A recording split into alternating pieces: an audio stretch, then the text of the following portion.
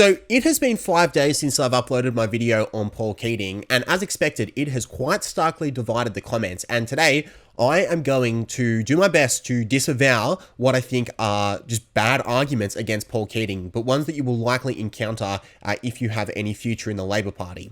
By the way, this channel, if I hadn't made it clear already, it's for people who have aspirations in the Labour Party at some point, whether it be as a politician or as a unionist or just as an informed branch member.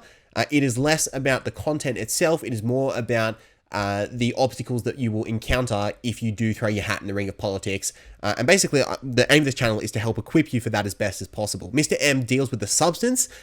This one deals more with the arguments that you're likely to encounter and sort of how you can engage with them and how you can rebut them. But Mr. M is where the substance is. That being said, in order to actually unpack what I think are bad arguments against Paul Keating, I am going to have to get into the substance today. I want to make another thing really clear. I am not above reproach, and I'm going to go quite hard on some of the commenters that I've seen have commented here. I'm just going to go starting from the bottom and newest and work my way up until we get over this. Obviously, there's been plenty of fair criticism in the comments before. Commenters have identified factual mistakes, have identified probably some unfair ways of framing things. I really don't like my oldest video on John Howard. I think it's a bad video, and I am probably going to unlist it at some point because I just think I think I made bad arguments against John Howard, and I think I can make much better ones now. Anyway. So I don't think that I'm above reproach in the comment section. This isn't just like, hey, you criticized me, let me go after you. I think in this case, the arguments are particularly poor, and I'm just going to try and dismantle them and show you, I guess, what I think are some deceptive acts of sophistry, to quote the pod if you haven't listened to the latest pod episode, that can basically derail momentum for the Labour Party, and they're probably criticisms you're likely to encounter if you have a future in the Labour Party as well. So it's good to be aware of how you can engage with the conversation. Okay, so let's get stuck in. Some of them I actually just don't really understand what the point is that they're trying to make. That isn't me dodging the comment. It is just, look, you'll see it for yourself when we get to like Jewish conspiracies and stuff down the track. I think you'll understand me skipping ones like this one right here. Also associated with the Fabian Society, what a surprise, as are heaps of guys in the Labour Party, including John Curtin. It was just an old think tank for Labour talking points. It's not surprising at all. Good old Paul, the reason Menzies' housing policy had to end, because I'm so glad that I can borrow more money from foreign banks and for houses now with only a 5% deposit. Thanks, Paul. I've always said I want to spend my whole life paying off interest. So this is argument number one that you are going to see. The argument goes that because Paul Keating increased the supply of credit in the Australian economy, it left us as being in debt slaves. And so the argument that is made is foreign banks come in, easier access to credit, we take on more loans, that fuels an asset bubble, which it did, and it definitely fueled an asset bubble in the 1980s, but that asset bubble broke with the recession, and as Paul Keating called it, the recession that we had to have. The new asset bubbles that have popped up, particularly the housing bubble that we've had in Australia for such a long period of time, the supply of credit is one factor amongst so many. And so you kind of look at the halving of capital gains, you look at issues of migration patterns, you look at negative gearing, and you look at the supply shortages, all the reasons that we're now well aware of and well versed with because housing has been such a predominant conversation in the last year or so. There are so many factors that go into making housing not affordable. To just go, oh, it's an over excess of credit, so it oversaturates the market and drives up the price because now demand is way too overheated, is very simplistic and very lazy. It does not ignore all the other factors that lead to an asset bubble and lead to the housing prices going up. And again, it's just the most frustrating thing in dealing with these comments. Like any economic issue, there's always multiple factors that go behind an economic outcome being the way that it is, but it will very often be reduced to just, here's the point that I don't like, and this is the root cause. You see it with like One Nation today saying that the housing crisis is driven only by migration and ignores all the other factors. And so, I think anytime you see anyone just go, well, because of this caused this to happen, and they reduce it down to just one factor, I think we can safely say that it is ignoring a huge amount of context and a huge amount of what goes into leading to economic outcomes. So this one, did Paul Keating increase the supply of credit? Yes, he allowed foreign banks into the country. That drove lots of businesses as people could get loans and further their entrepreneurship. Yes, it increased people's ability to get a house and therefore increased demand in the housing market, as did 6 other factors, which led to the current housing crisis. And why are people debt slaves now? Well, the primary debt that people, or the primary loan that people take out from the bank is to fund their mortgage and to fund their home. And that housing crisis is being driven by a number of other factors as well, that have all taken place since 1996 when Paul Keating left as Prime Minister. Okay, next one. Vote One Greens and Socialist Alternative. They seem to be the only ones actually prepared to slash and burn the neo-McLiberal liberal consensus wholesale. So this is criticism number 2 that you often see. It's that Paul Keating was a quote-unquote neoliberal, or you see the phrase neoliberal consensus or neoliberal consent. This is the next line of argument that you're likely to see. Let's break down that word first of all, neoliberal. Neoliberal is an end destination, not a trajectory. So if I privatize something, that is not neoliberalism. It's a movement further towards neoliberalism, but that in itself is not what neoliberalism actually is. Neoliberalism is a society that completely removes the concept of duty by the state because everything becomes completely marketized. And the sort of other aspect of neoliberalism is not just straight up capitalism. The other aspect of neoliberalism is it does use the coercive power of the state to enforce and preserve these market conditions. It's not the same thing as capitalism. It's a slightly different, that's why it's called neoliberalism, not called just liberalism, it's because it uses the power of the state to coerce and enforce those market conditions. And if you look at Paul Keating's reforms, does he remove the obligation of the state on some things? Yes, he makes it into a market. Does he do it on everything? No, of course not. Look at things like Medicare. We were very much down the trajectory of a non-marketized economy, and so Keating made it more of a market. And so that then leads to the accusation of, well, he's a neoliberal. No, just because you move in the direction towards neoliberalism does not mean you are neoliberal.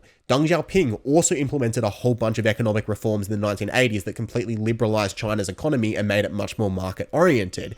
Would you call Deng Xiaoping, the leader of the Chinese Communist Party, a quote-unquote neoliberal? I mean, some people probably would, based off, the fact that they use it as a slur for anything that isn't Maoism. But no, it's clearly not. And certainly not when compared to the American and British economies that were much more privatized by Thatcher and by Ronald Reagan. And so simply privatization does not mean neoliberalism. It was a movement towards neoliberalism, that's for sure. But to concede the point that it was just neoliberalism is not true. The next part of this, when they use consensus or consent, it's referring to the Accord where Bob Hawke and Paul Keating, this is actually more of a Bob Hawke thing than a Paul Keating. Keating didn't really believe in the Accord, but it was Hawke that engineered this, was it got the unions to agree to a wage freeze, and it got the unions to demilitarize, I should say, and to go on strike much less in exchange for other social benefits like Medicare. And so this is often criticized because it means that unions are now much less militant, and they don't use the force of their arsenal, which is primarily going on strike. And so the argument goes, well, they nerfed them, they're now no longer potent, and there were much fewer days lost from strike disruptions. They really bent over and took it. And it's that is just not true at all. Going on strike is a last resort. That is not something that's good for the economy. It is lost productivity in the economy. You do not want your workers going on strike. It is an absolute last resort for unions. This is an age-old struggle. You look at historic people in the Labour Party. Again, even in the early days of the Labour Party were the moderates. There are a lot of people who didn't even believe that the Labour Party should exist. They felt, it's just easier to react to whatever striking issues there, or whatever labor issues there were in the world. International Workers of the World, they were a group of socialists who did not believe in the concept of a Labour Party. They just felt that a Labour Party weakened them because they tried to get on the front foot and set the conditions on the front foot. They believed it was better to instead play on the back foot and constantly react to whatever conditions you were facing, and instead strong arm your employers to get the conditions that you want. I think history has shown that they lost that fight. The Labour Party was a far more prudent strategy for delivering actual material outcomes to their workers. And so the fact that unions were less militant in the Hawke-Keating era, I don't think is an indictment at all. And so they used 2 words with very sinister connotations, neoliberal and consensus, to be Keating and Hawke bad. But realistically, it made their reforms made the economy more competitive, as I explained in the video. I'm not going to hash that out again. And they got the unions to agree to the policy. There was consensus between unions, between business leaders, and between government. In the first Accord, it was just the government and unions, and then later Accords, business leaders were brought in, and people were you're the evil. But if you create consensus amongst people, you can actually create a direction and move towards that direction with in the long term, and you can manage your long-term strategic priorities there as well. So neoliberal consensus, these are two dirty words that are used to smear what is actually very sensible policy from Paul Keating and Bob Hawke. Not at all. Yeah, okay, so this one's agreeing with me, not going to read that one. He started the process, little Johnny came in to bayonet the wounded. Okay, issue number 3 that I'm going to raise right now. Conflating Paul Keating and John Howard together and say that they were two sides of the same coin moving towards quote-unquote neoliberalism. You might be able to hear my kids in the background. My wife's a trooper. She's doing too right now as I'm getting involved in arguments about Paul Keating. Anyway, the argument goes like this. So Paul Keating started privatization and then John Howard came in and finished it off. Or Paul Keating might have had good intentions, but he walked so that John Howard could fly. He walked so that John Howard could run. I was doing XY graphs rather than the actual saying there. Anyway, that is just so stupid if you think about it. I did a post about this the other day.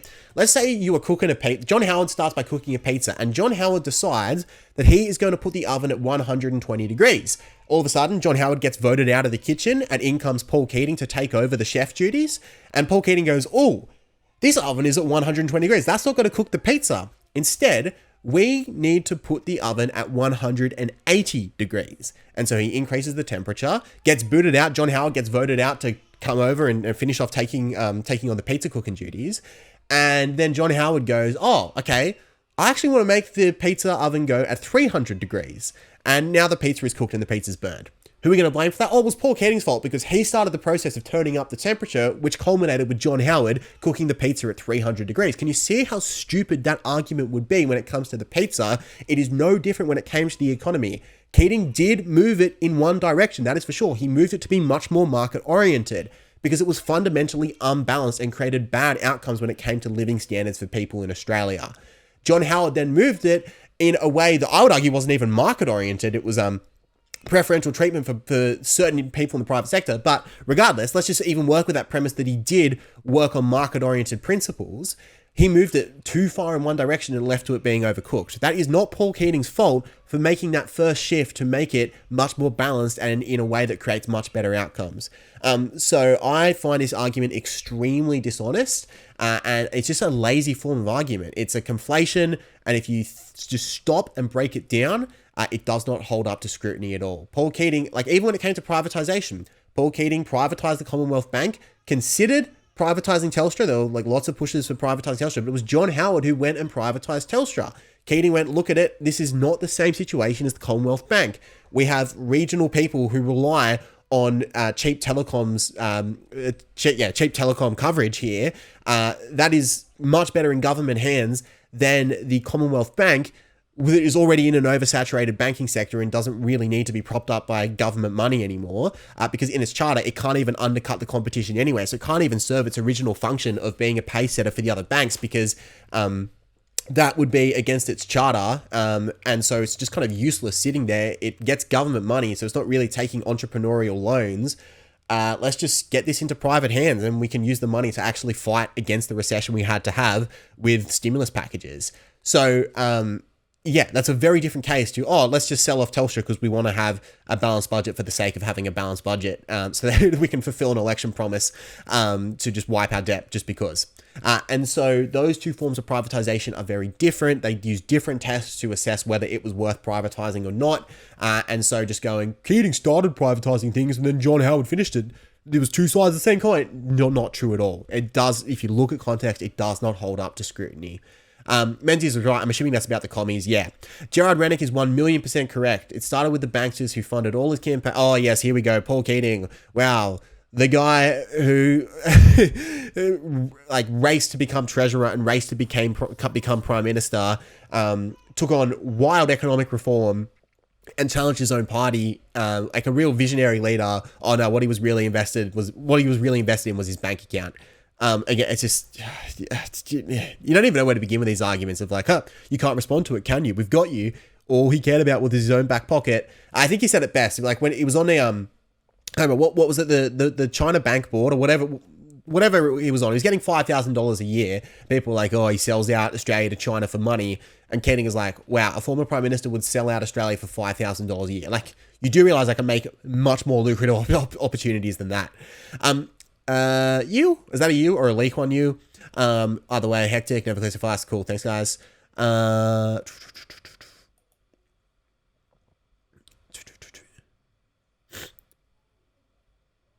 Sorry, I'm just reading this one. I haven't seen this one.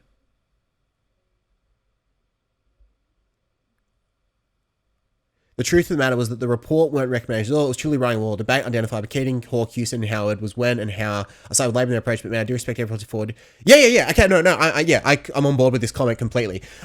The Campbell Committee was commissioned by Malcolm Fraser. That is 100% true. So basically, you reach the end of the Fraser government.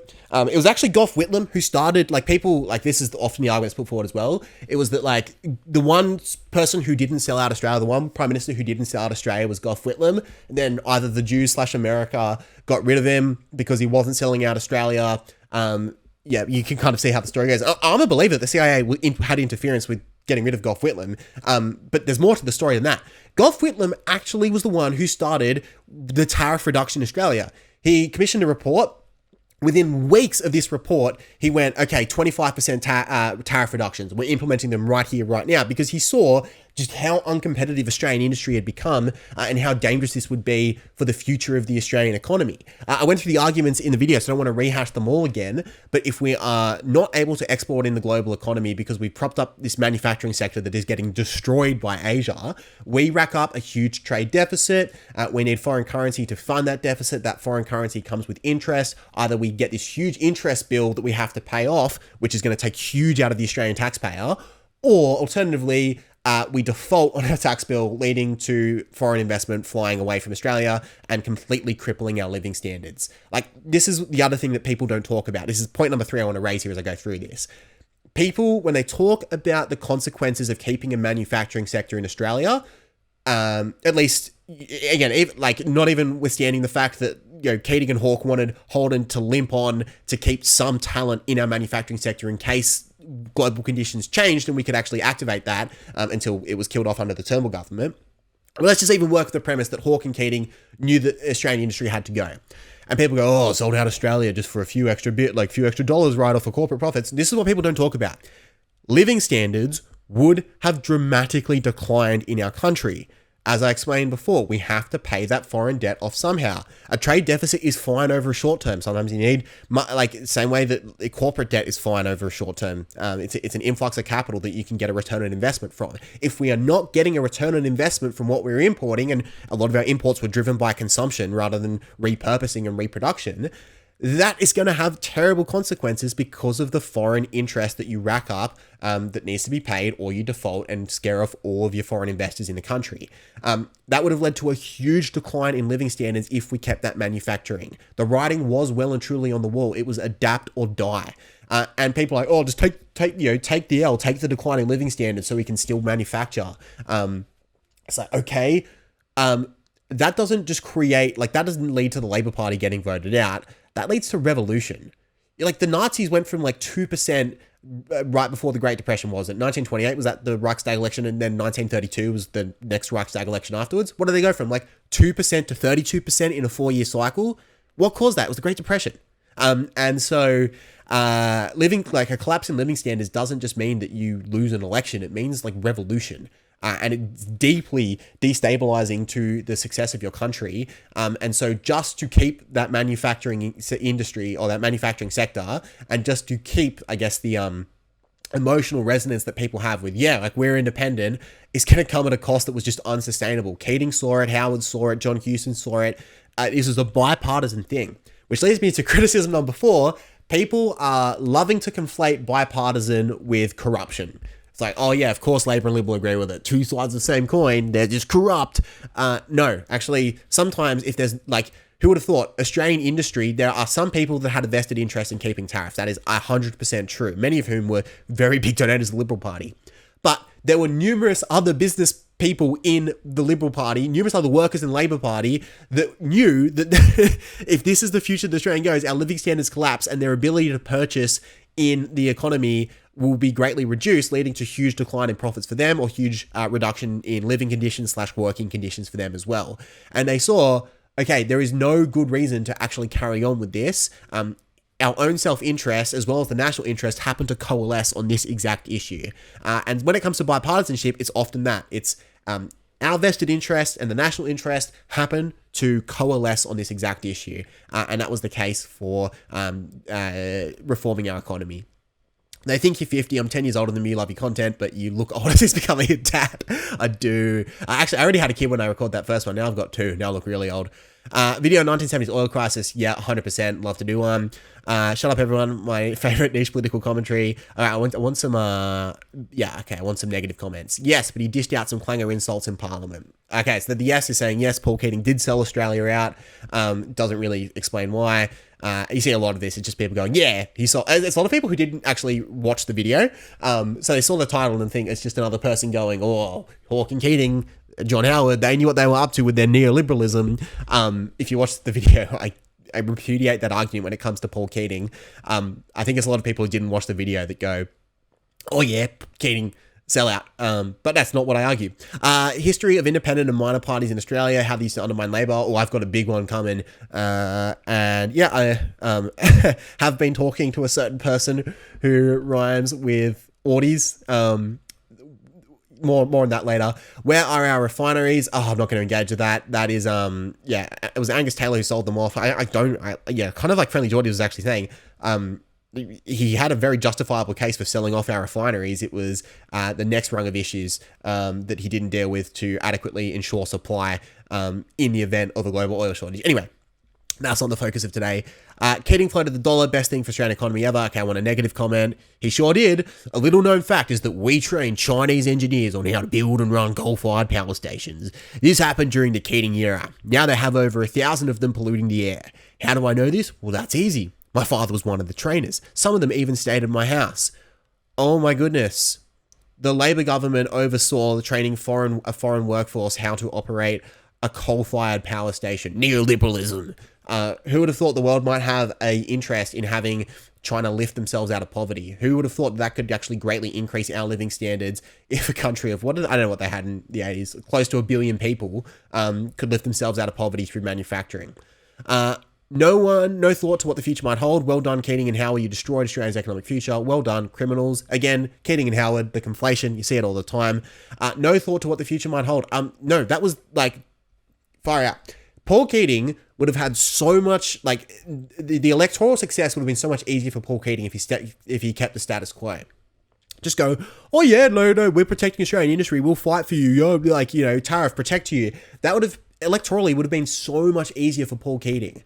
And then, sure enough, Liberals come in, and down the track in the 90s, they have to deal with the consequences of having, not reformed the Australian economy. As the living standards in the 90s would have been terrible, relative to what they actually ended up being in the 1990s. Anyway, a way easier move for Paul Keating would have been to let the Liberals deal with the consequences of that. But no, he actually thought ahead, and he thought, this is not in the country's national interest. We need to reform the economy, and we need to actually find a way of dealing with this very stagnant manufacturing industry that is just not being competitive in the global market at all.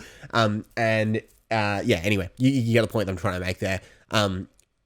Keating only had thought for the future. In his immediate short term, it would have been far more politically expedient to kick the can down the road, let the Liberals deal with the consequences, and then cry foul and be like, hey, living standards under Liberal government have collapsed. No, but he didn't do that. He's actually had an interest in the future of the future of the nation.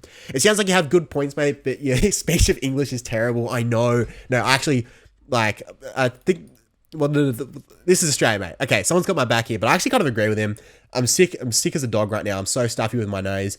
I cannot talk to the camera very well. I find this format a lot easier, but in the sort of following a script, sticking to the camera, I actually kind of agree. Chalmers absolutely repeating history without the clanger insults, referring to Jim Chalmers being a disciple of Paul Keating, not directly, but by doing a PhD on him. Well, my fellow Australians, this is how the wheels started to fall off of our great country. But now we have the internet, so we are not as naive as we once were, but we are still, come on, I can forgive one misspelling, not two.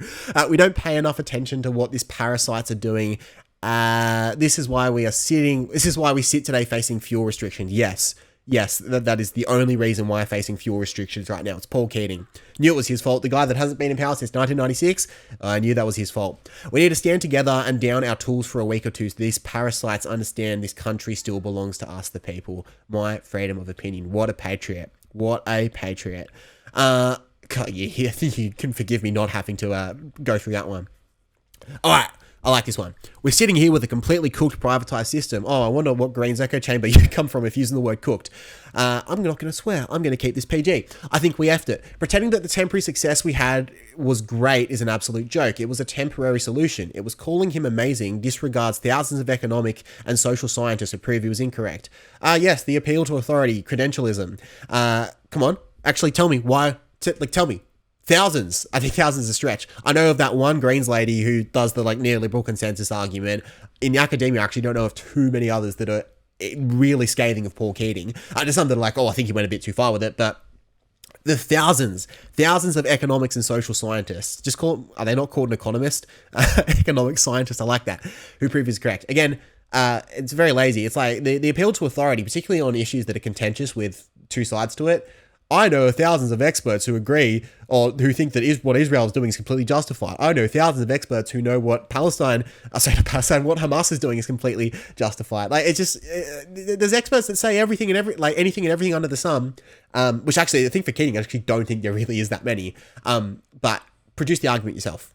Come on, tell me, what do you want to think? Mass privatization done by governments was a failure. And anyone with the knowledge of this, anyone with knowledge knows that this was selling off Australia to private banks, America, and British imperialism. Yes, this is what you'll see all the time. It's vague statements. It's neoliberalism. It's selling off. It's privatization. It's American imperialism. It's British imperialism. Okay, did Paul Keating create a completely privatized system? No. There were some things he didn't privatize, but there are a number of things that he felt were better in the hands of private ownership, such as the Commonwealth Bank. And I feel in the video I made a pretty compelling case as to why that wasn't a dumb idea at all, particularly in the context of needing money to inject into the economy during the recession we had to have. I can't believe in 2020 or on 2020 we were pretending that the past 30 years was successful. Oh, sorry, I'm not dodging the Epstein files. His daughter is in the Epstein files. Yeah, no, that's kind of true. Catherine Keating did develop quite a good friendship with Ghislaine Maxwell, which is concerning, don't get me wrong. But Keating was out of office for 15 years by the time that this started to be published, and we've known about this for, this did not come out in the Epstein files. We knew about this before Jeffrey Epstein died. Anyway, I can't believe in 2020 we were pretending the past 30 years was successful. Relative to where we were, our trajectory was massively changed. Even with John Howard completely undermining a whole bunch of Keating's reforms, I'd still argue we were in a much better place than where we were headed. But then secondly, Keating hasn't been in since 1996. We're just talking broad trajectory of where we were heading. Obviously, if you look at global circumstances, like wars and pandemics that have massively influenced the shape of the 2020 so far, and if you look at the fact that the Liberals were primarily in for the last 30 years as well, to say, man, we have some issues in our society today. That was Paul Keating's fault, the guy that left in 1996. It's just like, come on, that's clear. I'm not making the argument that Paul Keating ushered in this utopia and that we don't have any issues anymore because our patron saint, Paul Keating, died for our economic sins. Obviously, I don't need to make that point much further. The hard left will always be critical, but the sensible centre knew the right way to go. Okay, no, I want a critical one. Marxism is privatization of national industries. Oh, yeah, to say this is a positive one. Yeah, Gerard Rennick, right? It just throws Marxism, neoliberalism. He just throws in all of these buzzwords, which Marxism and neoliberalism are pretty antithetical to each other. But Paul Keating knew what he was up to with that hybrid, that Frankenstein hybrid of fascism and neoliberalism and Marxism. Or just stop using isms. Just explain the consequences and effects of the policies without the buzzword.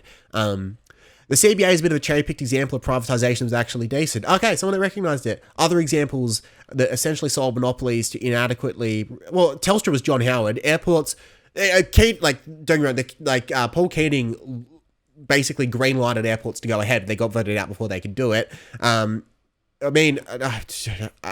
was an hour and 7-minute video or whatever it was. The Commonwealth Bank was just the most obvious one. CSL would be another one. In the Bipartisanship Academy, I talk about CSL. I talk about Qantas, which you didn't even mention there, was something that Paul Keating did.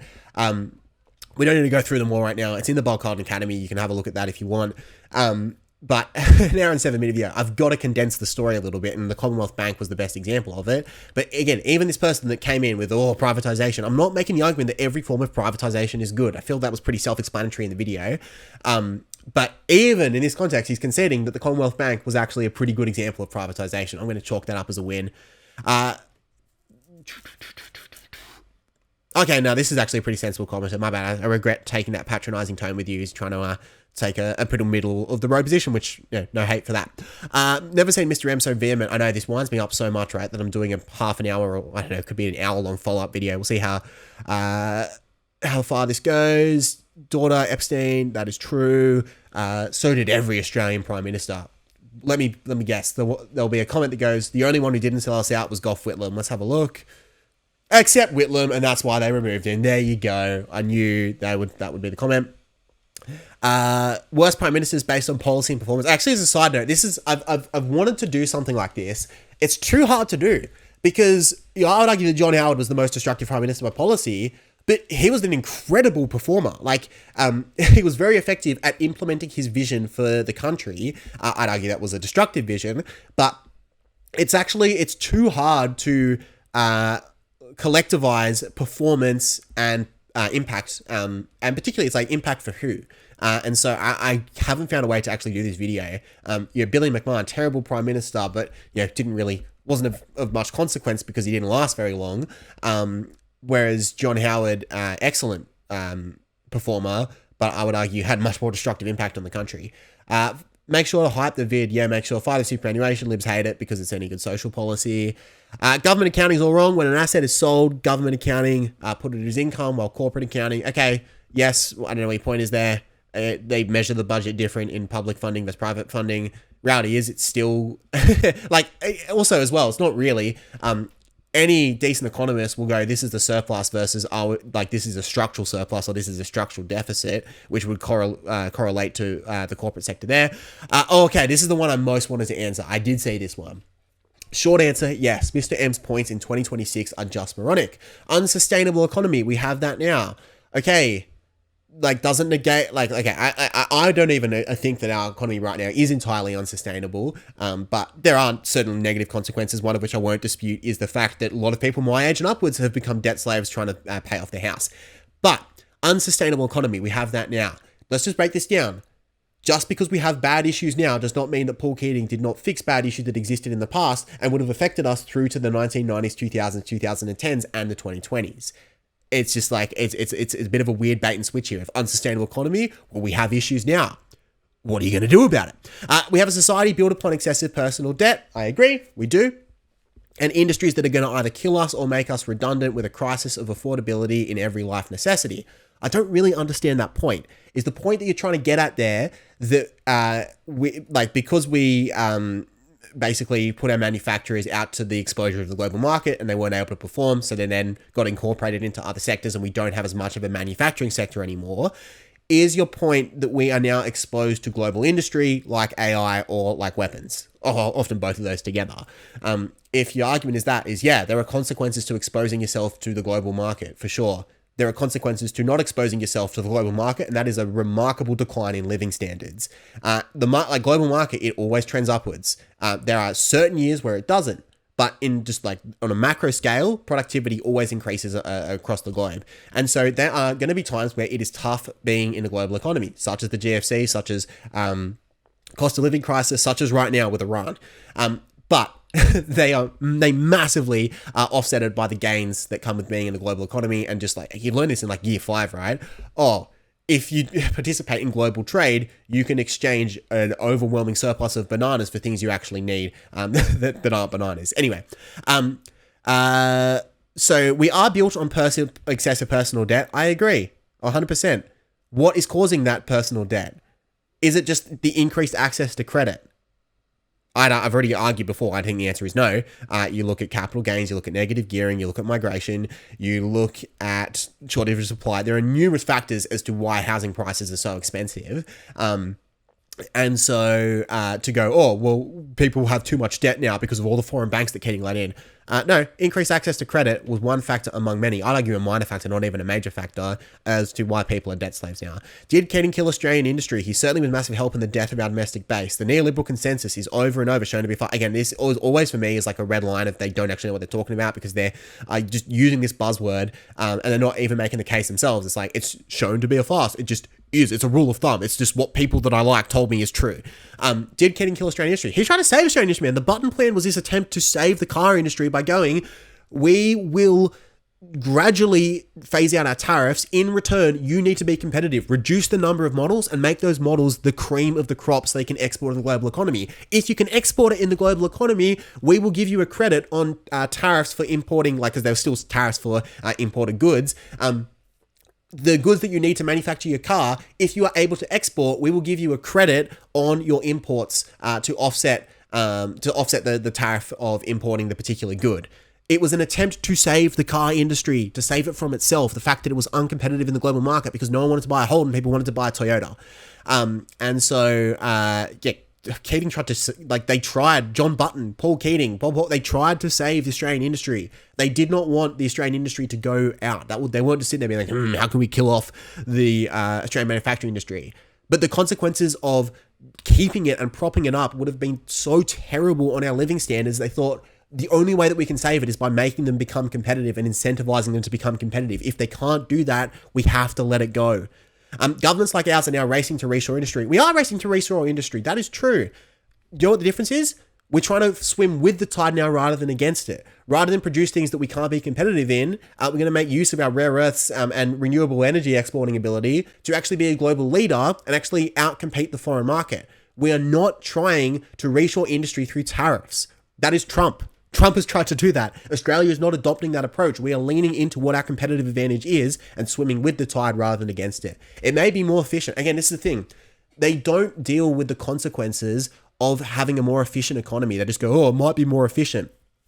Economic efficiency translates to increased living standards.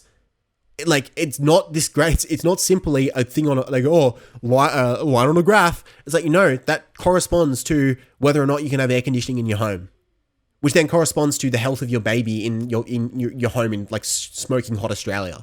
These are not irrelevant. These are not just, again, often these people come from, this is me stereotyping here. A lot of these people come from backgrounds where disposable income is just there and it's just present. That's me as well. I did not grow up in struggle street whatsoever.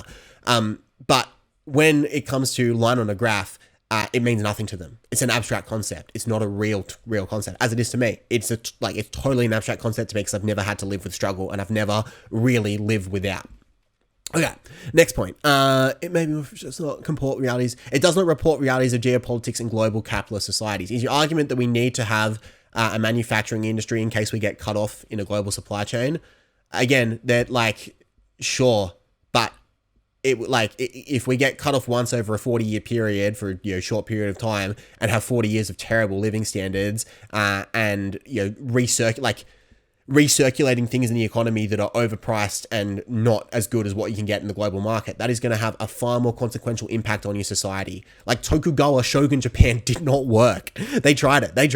Let's not expose ourselves to the global market at all. Let's just completely cut ourselves off. We see these Europeans with their fancy things. No. Let's just completely keep an insular society. After 250 years, the Japanese people, they stood strong. They stood really strong. They were like, we got to open up. What are you proposing here? Are you proposing we have complete economic autarky? Because again, there is a huge cost for not engaging in the global market. We traded the bleed of foreign investment for a highly over-financialized economy that now slowly bleeds its working class, making them leverage more and more. No, we do have a lot of access to credit in our economy, in our society, courtesy of Paul Keating opening up the banking sector. That is true. But again, what is bleeding our working class more and more? What is making them debt slaves more and more? It's what their asset actually is in. The asset is actually a house, and these houses have been made artificially high through numerous factors apart from just increased access to credit. Elevating workers into the capital class shows the fundamental misunderstanding of capital and where workers are today. Workers do not own capital. They reap some rewards from it through massive financial funds that disproportionately expose them to the business cycle, and in our case, reliance on the declining petrodollar. Okay, whoa, this needs a lot of breaking down. Workers are absolutely elevated to the capital class. What does capital get you? It gets you discretion as to what that money is used for and a return on investment. Those are the two things that capital brings you. And in super, you get both of those things. Again, is it a direct democracy? No, unless you have self-managed super. That wasn't introduced until John Howard. So when Keating set up superannuation, every industry had their own super fund, and unions got 50% of the representation and employers got 50% of the representation. And those boards would give the super fund the mandate for investment. Is it direct democracy? No. But it is 100% still workers getting control over where their money goes through the same means that we elect our parliament today. And so, yes, you get discretion as to where your money goes. That is 100% true if you had an industry super fund, and you get the benefits of the return on investment. And people go, oh, fund managers and fees, oh, they take a lot of money. No, it still it massively outperforms the pension still, which was a real drain on the Australian economy. And another decline in our living standards was that the Australian government had to give so much away in the pension that forcing people to invest their own money was just a far more prudent system. This is a seriously dangerous misunderstanding of what he has done. No, they are in the capital class. I've made the case. They get discretion as to where their money goes, and they get to reap the benefits from it. Are you exposed to the business cycle? Of course you're exposed to the business cycle. But again, like, what?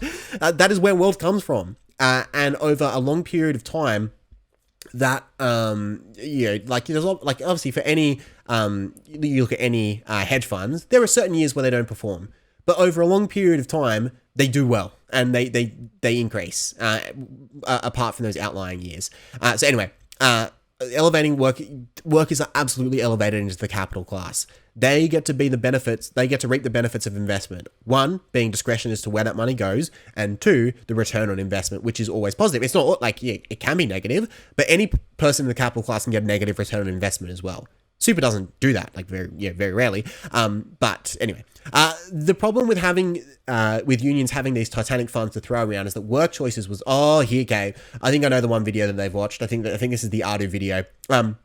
The problem with unions having these alleged Titanic funds to throw around is that work choices was a direct result of the Accord and the defanging of the union movement by Hawke and Keating. This is going back to the argument I raised before that people will accuse Hawke and Keating of demilitarizing the union movement. Let me tell you, firstly, you haven't made the in any historical commentary, you need to make the case as to why X causes Y.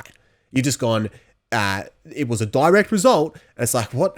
I mean, okay, let's just do this, right? Hitler the invention of the Holden was a direct result of Hitler invading Poland. So really, it was a pretty good thing, right? Because we got a Holden because of it.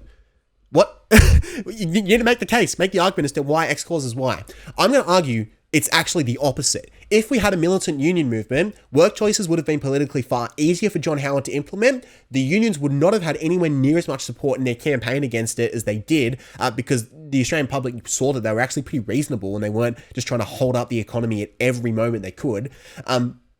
Let's just think it through here. Labor doesn't introduce work choices. It takes John Howard 4 terms to introduce work choices, and he only gets it when he gets a majority in the Senate and he sees an opportunity, and then straight away he gets booted out. Kevin Rudd comes in and Labor reverses work choices. Please tell me how that was Hawke and Keating being responsible for work choices. Again, it removes the agency of John Howard as well in this situation, which I really find quite frustrating. But it's just fluff and faff. You haven't made the case as to why X equals Y. I would argue that if we did have a militant union base, and most of our unions were heavily militarized and going on strike all the time and holding up the economy, John Howard comes in and is like, we're going to put these suckers down and we're going to teach them a lesson, and we're not going to have them hold up the economy anymore. We're not going to stop them from from holding up our trade. Work choices eliminates their power. This is good for everyone. Let's get these parasites out of our economic system.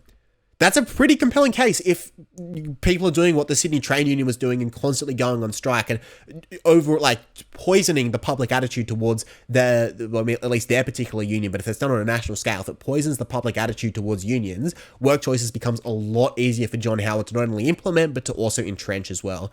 We've watched for decades as Medicare. Who introduced Medicare? Who? Bob Hawke has been slowly peeled away, slowly privatized and degraded as private operators rise. Yeah. Don't get me wrong, the Liberals have eaten away at Medicare, but it's still there. It still marches on. That wouldn't be possible without Hawke and Keating. We know that.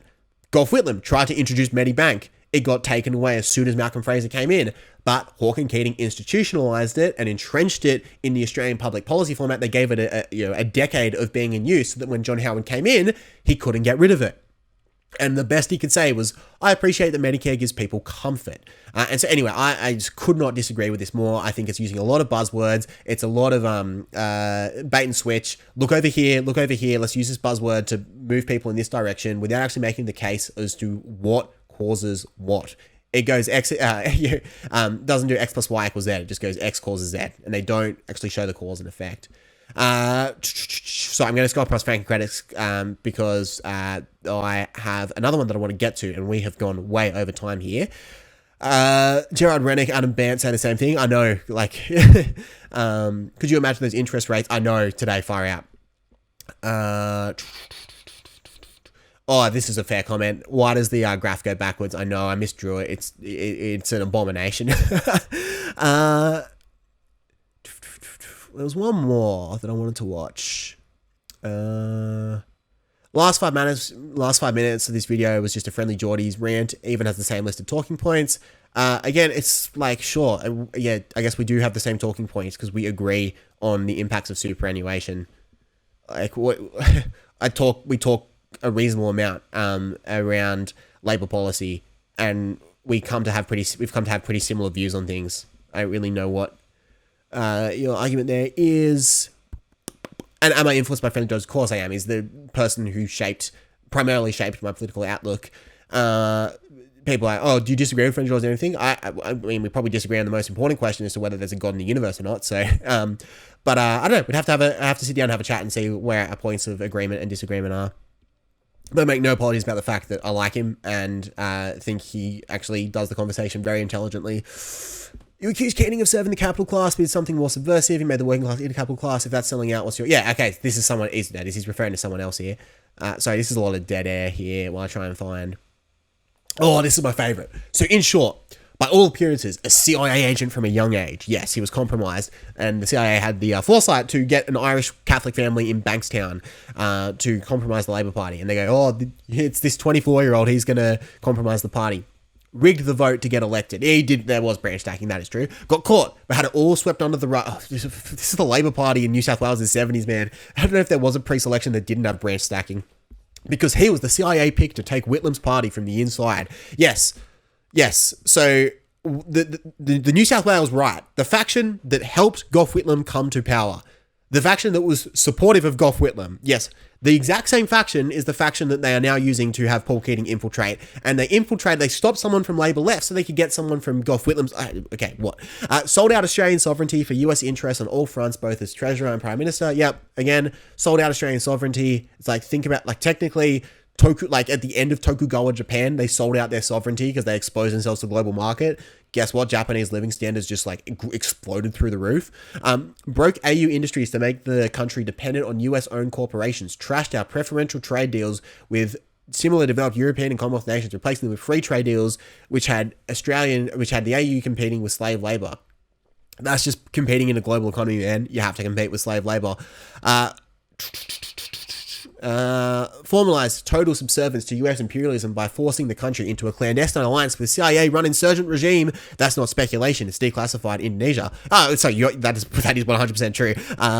Which to this day is carrying out a genocide of Aboriginal Australian people in New Guinea. I assume you're referring to West Papuans. If that is the case, please watch my old catalogue of videos, because both a CIA coup in Indonesia and the West Papua genocide have been things I have covered before, and I've taken a sympathetic stance. We back to the insurgency by US, which formalized the illegal conquest in 1963. Again, I actually don't disagree with that. reality is Indonesia is a giant wall in front of Australia. It is 100% in our national interest to have them be a buffer to any attack from a North Asian country. I'm just geopolitics, man. It makes sense for us to have a shared alliance. And if they can intercept an attack before they get to us, that is great for our national interest. Again, I would love if we push the envelope more with the Suharto government. I am no fan of Suharto whatsoever. Not even Indonesians are. Like, his economic policies by the end turned out to be a disaster. But yeah, I mean, it's just geopolitics like that. It is 100% in Australia's national interest to have Indonesia take the brunt of foreign aggression before they reach to us. This is revisionist history to take the heat off the guy who did sell out Australia. Oh, sorry, the general thing. Yeah, I agree with that. Another... There was one more comment I wanted to get to. Some of them are just a little bit sorry, I'm skipping over ones that I like. Great video, have this one critique. That's fine. I've always I actually quite enjoy reading those ones. Political party should be outlawed. Yes, that's the takeaway from this video. Where's the one that basically says, I am, Paul Keating's agent? Anyway, I think I've lost it. Anyway, we're going over time, so I'm going to wrap it up there. Look, main takeaways from looking at this comment section that tend to be saturated in both the traditional left, the populist left, and the populist right. You find all of these criticisms in each of these areas. One, they conflate Howard and Keating together. That is not true. Keating moved it in a direction towards balance. Howard moved it towards unbalance by moving it further along the trajectory than what it needed to go. Two, when it comes to Paul Keating being a neoliberal consensus, or selling us out through neoliberal consensus, neoliberalism, it wasn't neoliberalism at all. It was a movement towards one particular direction, which was, yes, more market-oriented, but certainly not down the extreme of everything was a market with no government having a duty to its civilians. We had Medicare that was introduced under Bob Hawke at the same time. Consensus. Yes, they actually constructively had conversations between unions and between workers. I didn't even talk about how bad our inflation rate was at the time, where just giving a wage increase would have actually badly compounded the wage price spiral even further. So Bob Hawke went, okay, what can I give you that isn't monetary? Medicare. That was pretty good strategy, pretty prudent at the time. But they go consensus, or they infiltrated the unions from within and got them to give up their power. And in return, the unions became quite a constructive influence in our dialogue, and we gained a lot of extra days that we would have lost in lost productivity.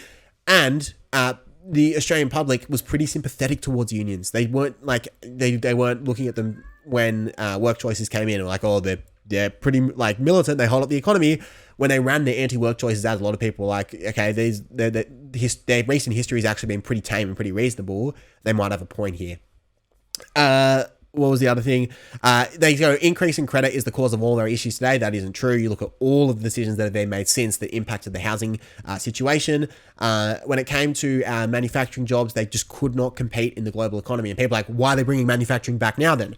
It's evidence that Keating has made a mistake. No, we are bringing manufacturing back on our circumstances. Obviously, we always want to have a manufacturing industry. Every country wants to have a manufacturing industry. It's just whether you can sustain it without a terrible impact on your country's living standards. Australia couldn't. But with the rise of renewable energy and our ability to harness our rare earth potential, that gives us a competitive advantage in the manufacturing sector, which now makes sense to invest lots of money because we're swimming with the tide. When we were making Holdens, we were swimming against the tide. We could not outcompete Toyota. Anyway, people, takeaway number 4, people talk about economic efficiency. They don't talk about the trade-off with keeping economic efficiency. And that trade-off is increased living standards. Always remember that. Efficiency equals increased, at least in most cases, increased living standards. And so keeping a manufacturing industry would be at the cost of our living standards. Not servicing our trade deficit and not getting on top of that would come at a cost to our living standards. I'm sorry, you are not smarter than Lee Kuan Yew. Lee Kuan Yew, the guy that was so revered in the Asian world that Deng Xiaoping went to him after Mao died and goes, give me some advice. How do we get out of this mess?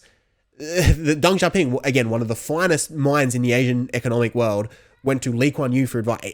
My point is that this is a guy that made Singapore, not single-handedly, he obviously had a lot of help from certain people, but Singapore was a basket case in the early 60s. They had nothing going for them. They were booted out of Malaya.